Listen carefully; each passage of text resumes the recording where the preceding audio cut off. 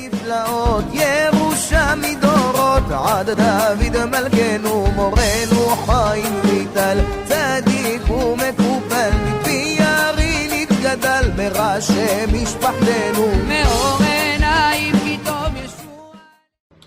Shabbat Shalom à vous tous, j'espère que vous allez bien. Paracha de cette semaine, Paracha de Vayetze. Dans la paracha de cette semaine, on voit comme quoi Yaakov Avinu, il était marié avec deux femmes, Rachel et Léa. Et la Torah nous dit comme quoi Rachel n'arrivait pas à avoir d'enfants. Léa, par contre, elle avait des enfants. Premier enfant que Léa elle a eu, elle l'a appelé Réhouven. Deuxième enfant qu'elle a eu, elle l'a appelé Shimon. Troisième enfant qu'elle a eu, elle l'appelle Lévi. Quatrième enfant qu'elle a eu, elle l'appelle Yehuda. Et la Torah nous dit pourquoi elle a appelé son fils Yehuda. Parce qu'Apa'am Odet Hashem, elle a dit maintenant je remercie Hashem. Et les Mefarshim, le Midrash, il nous dit comme quoi Léa, ça a été la première personne depuis la création du monde à remercier Hashem. Ça a été la première personne à remercier Hashem. C'est pour ça qu'elle a appelé son fils Yehuda, qui veut dire remerciement.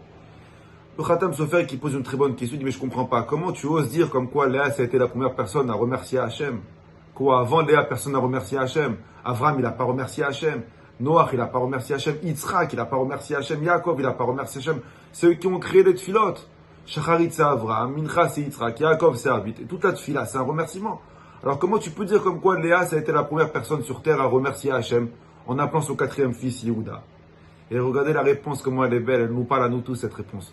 Vous savez, quand une personne elle a un enfant, le premier enfant qu'elle a, quand sa femme elle lui annonce qu'elle est enceinte, quelle joie, quelle excitation. Il va discuter avec des heures avec sa femme sur le prénom qu'il va donner à son enfant. Il va aller acheter des livres sur la signification des prénoms. Il va aller sur Internet voir les 25 prénoms les plus nommés cette année. Et il va réfléchir, discuter ce prénom-là, ce prénom-là. Donc, quand l'enfant il va naître, quelle excitation. Il va aller voir sa femme 10 fois par jour à l'hôpital. Il va rester tout son temps avec elle à l'hôpital. La Brit Mila, elle arrive. Il va louer une grande salle, grand orchestre, Charles Traiteur. Il va inviter tout le monde. Grande fête. Quelques années plus tard, il a un deuxième fils. Déjà, l'excitation, elle est là, mais moins grande. D'accord? Déjà, le prénom, il va pas trop se casser la tête. Il va donner le prénom qu'il n'a pas choisi pour le premier. On a tous fait ça. La Brit Mila, il va la faire à la synagogue. Petit traiteur, petit déjeuner. Un truc rfif. Il va aller voir sa femme une fois par jour à l'hôpital. Malheureusement, le temps, il passe. Il y a un troisième fils, quatrième fils. Déjà, quand son quatrième fils, il arrive, le prénom, il va lui donner le prénom pourri du grand-père que personne ne veut nommer. Il n'y a plus aucune définition, plus aucun livre. Il ne va pas se casser la tête de Brit Mila. Il va faire un petit comité restreint à la maison. Il va aller voir sa femme une fois à l'hôpital. Il est même capable d'oublier le gosse à l'hôpital. Il est plus excité pour rien.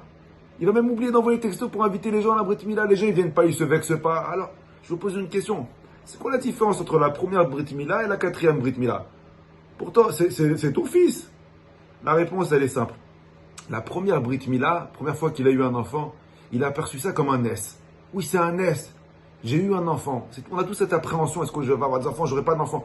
Première fois, il a dit oui, j'ai réussi. J'ai eu un enfant. Donc il est tout excité. Deuxième, troisième, quatrième enfant. Pour lui, c'est normal. C'est normal d'avoir un enfant. Et quand c'est normal, tu vois plus le miracle. Léa Imenou, elle a voulu nous apprendre quelque chose de magnifique.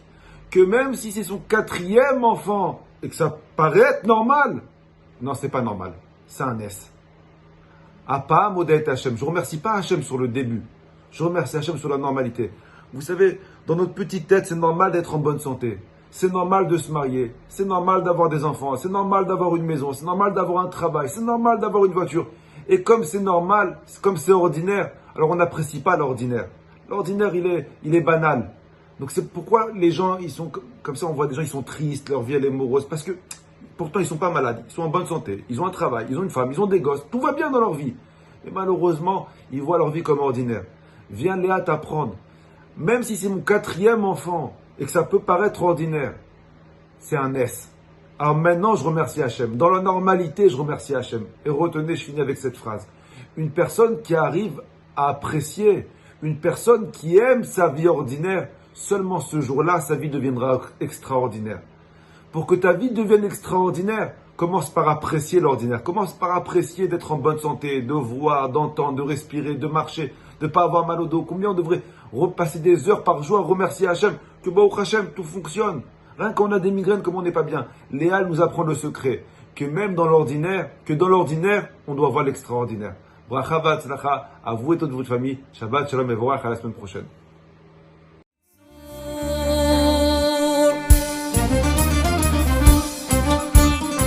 احنا جايين من كل مكان للصويرة زينة البلدان نزورو ونرجع فرحان كالضبيل وللهيل ولا حوض السلاح وثوم حيلة نضربو شوفارة